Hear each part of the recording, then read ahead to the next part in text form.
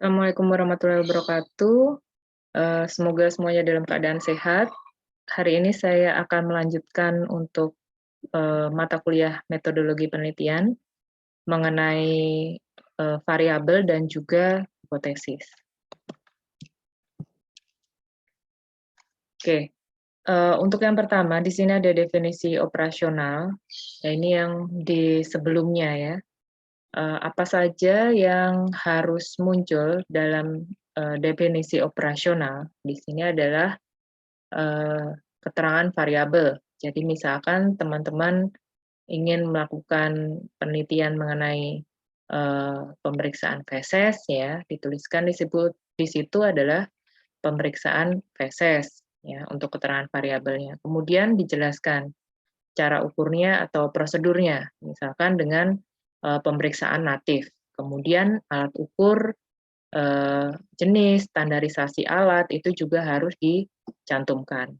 Atau mungkin untuk hematologi, kemudian untuk sitohisto, kimia klinik, nanti silakan menyesuaikan.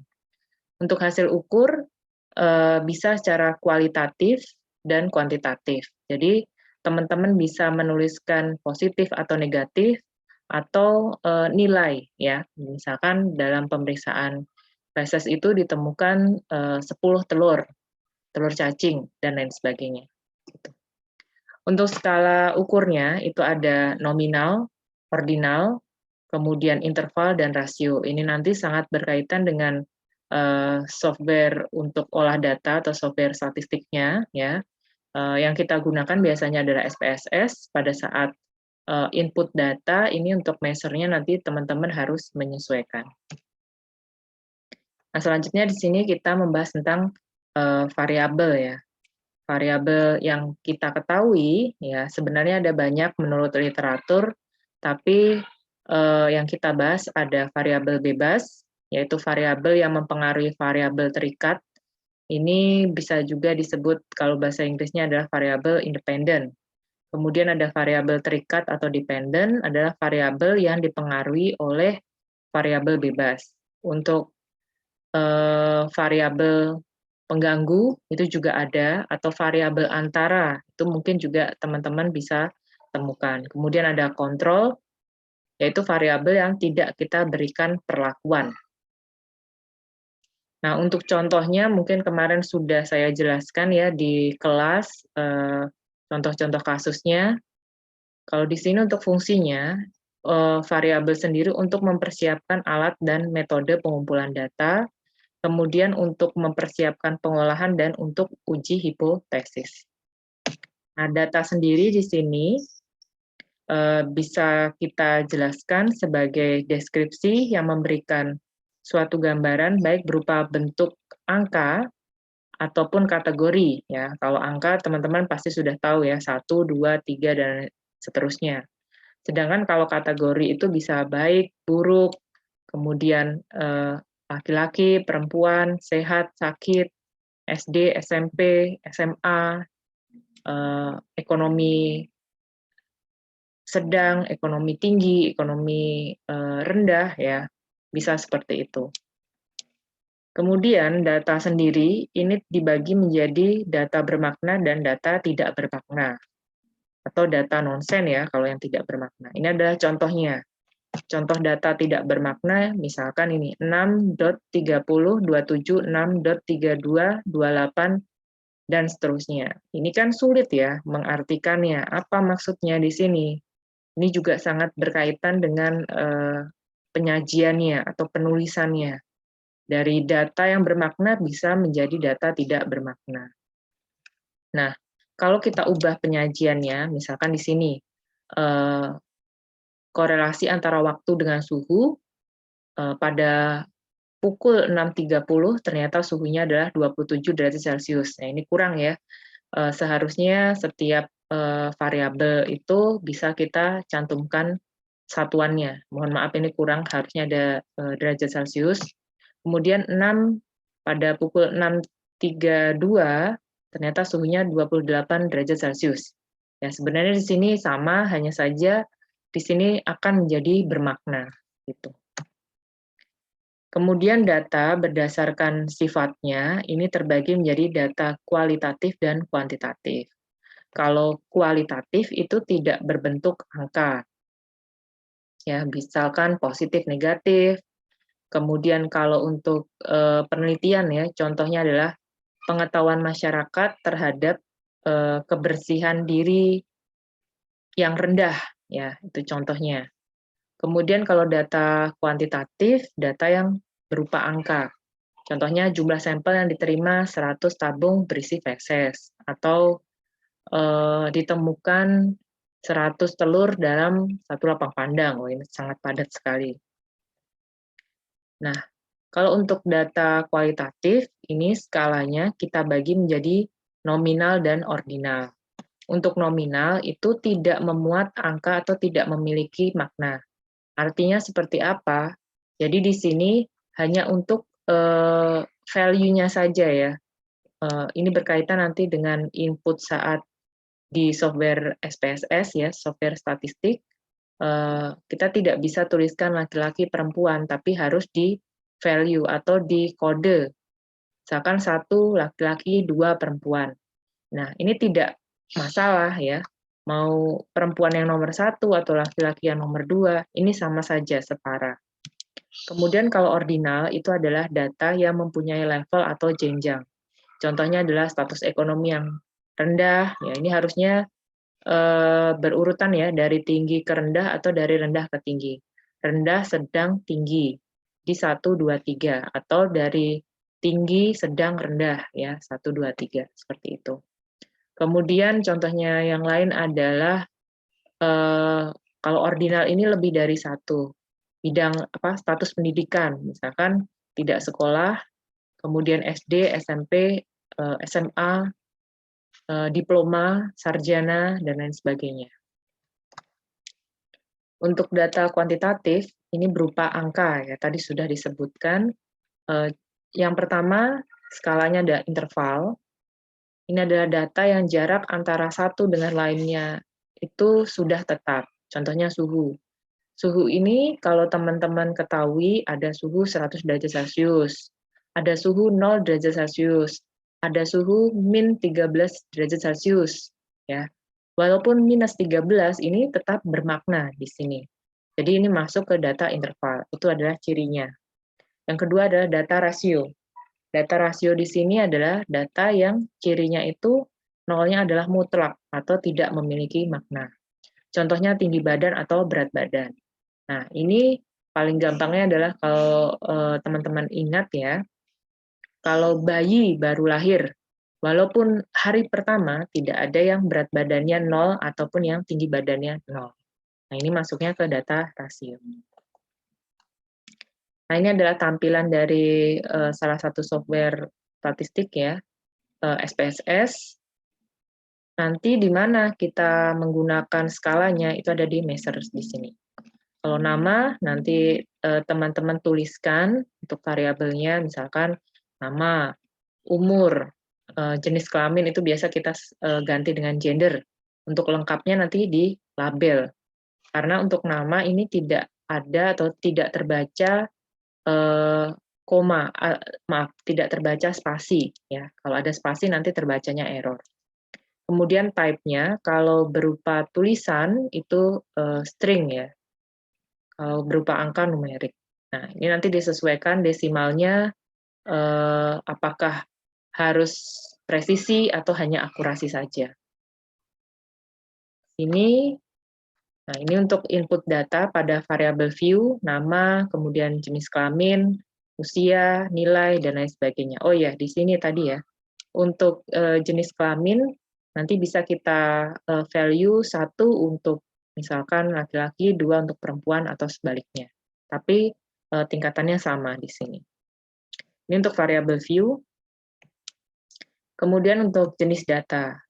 Data itu terbagi menjadi data primer dan sekunder, tergantung teman-teman ingin melakukan penelitian yang mana. Kalau untuk data primer, itu adalah data yang diperoleh langsung oleh peneliti. Bisa melalui survei, bisa melalui observasi, bisa melalui uji di laboratorium, melalui wawancara, ya wawancara itu bisa secara langsung atau secara online ya. Kalau sekarang kan umumnya menggunakan Gform atau menggunakan aplikasi lain, itu tidak masalah, itu masuk ke data primer. Kemudian kalau data sekunder itu adalah data yang diperoleh dari pihak lain ya. Jadi teman-teman tidak harus ke lapangan, tapi sudah ada data mentahnya. Ya, contohnya arsip atau kalau di bidang kesehatan rekam medis dari puskesmas atau rekam medis dari rumah sakit ya mengenai tingkat kejadian diabetes mellitus pada tahun 2019 hingga 2021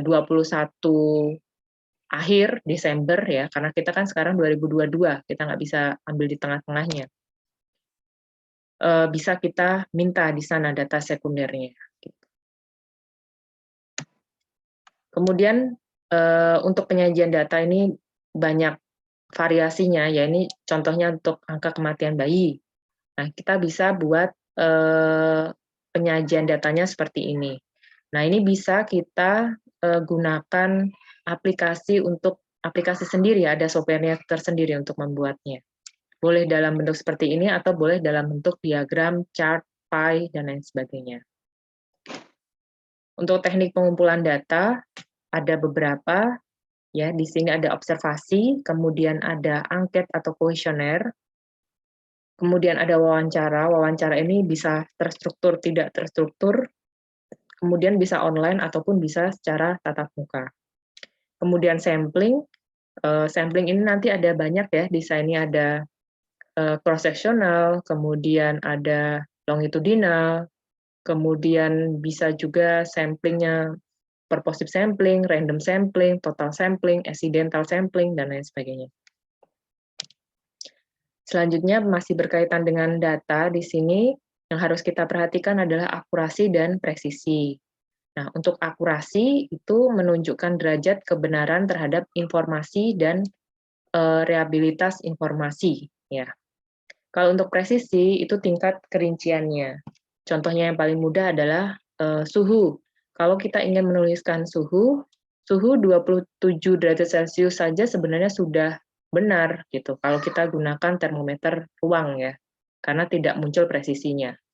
Namun kalau kita ingin menampilkan datanya atau menyajikan datanya hingga presisi, ya berarti harus dituliskan 27,08 derajat Celcius. Gitu. Tergantung teman-teman nanti ingin menyajikan datanya seperti apa. Ini untuk gambarannya yang saya ambil dari internet juga, untuk akurasi dan presisi. Ini menunjukkan akurasinya rendah, kemudian presisinya rendah. Ini menunjukkan akurasi yang rendah, tapi presisinya tinggi. Ya, dia mengumpul di satu titik.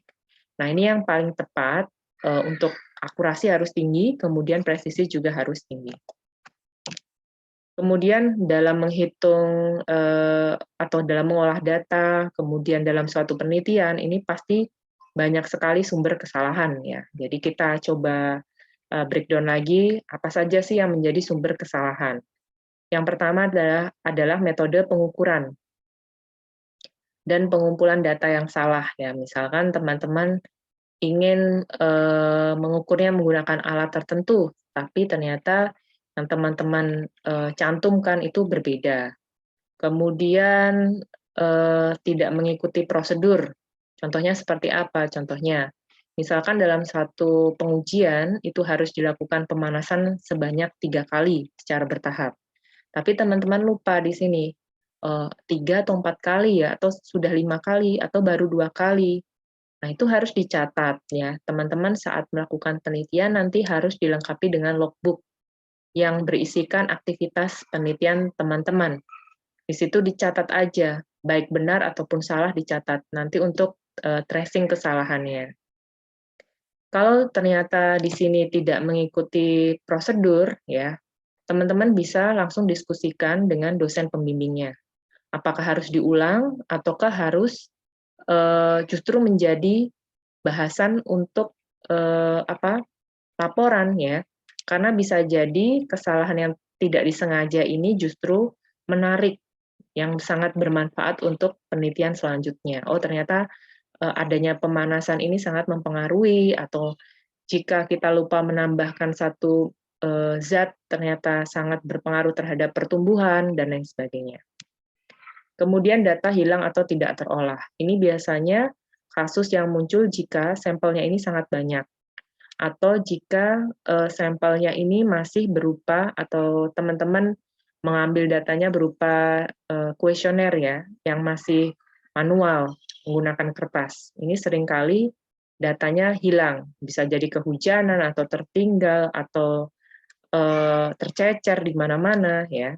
Jadi harus punya tempat khusus untuk menyimpan, baik itu data internal ataupun kalau yang masih dalam bentuk fisik ya harus ada mapnya tersendiri.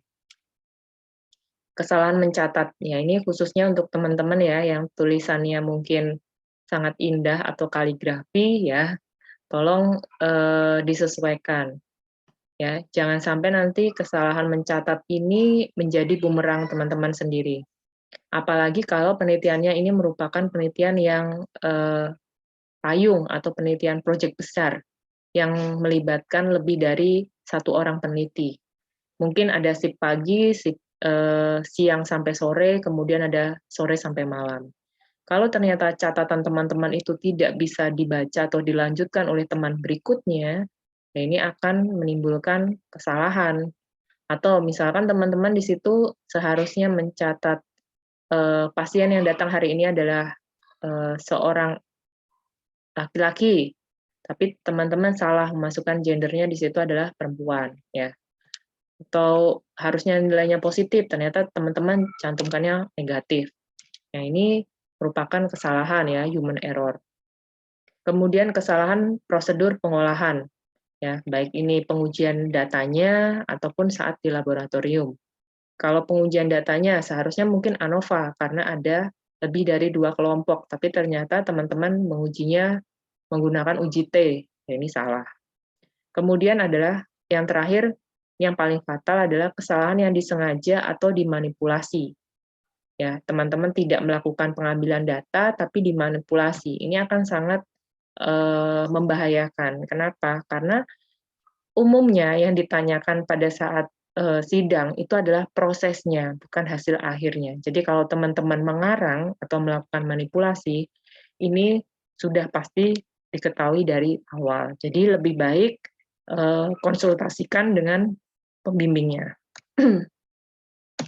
Selanjutnya di sini ada hipotesis. Ya pasti sudah sering mendengar hipotesis itu adalah jawaban sementara dari penelitian. Ya, ini yang didapatkan dari teman-teman melakukan studi pendahuluan. Nah, hipotesis yang teman-teman sudah tuliskan nanti harus diuji kebenarannya hingga menjadi suatu teori.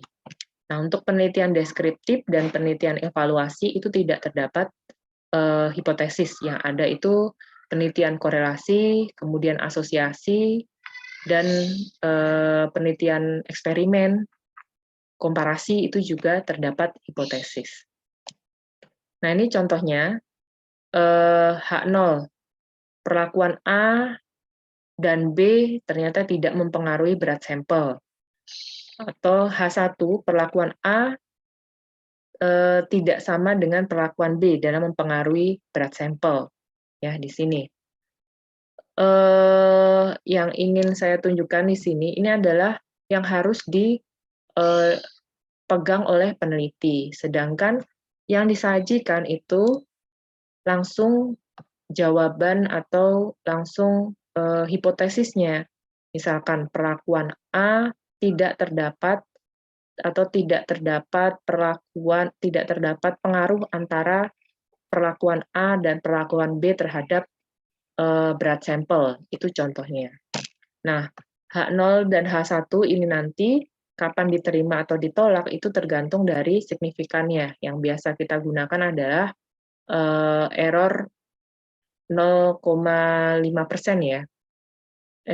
Ya, 5%, 0,05. Di sini. Jika lebih dari 0,05 maka H0-nya diterima.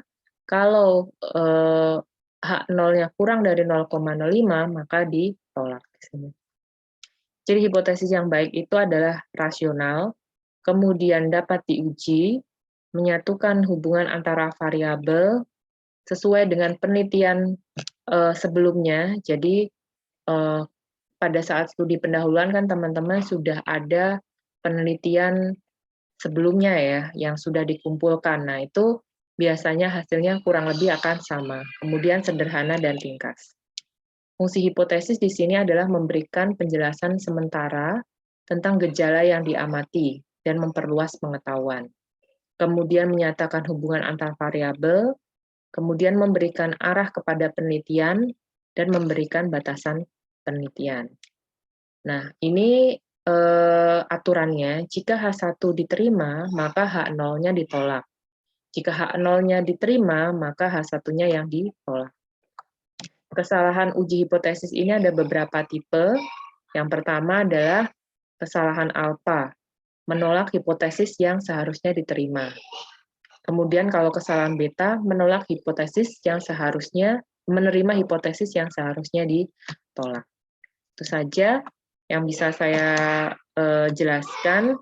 Semoga bermanfaat. Saya akhiri. Wassalamualaikum warahmatullahi wabarakatuh.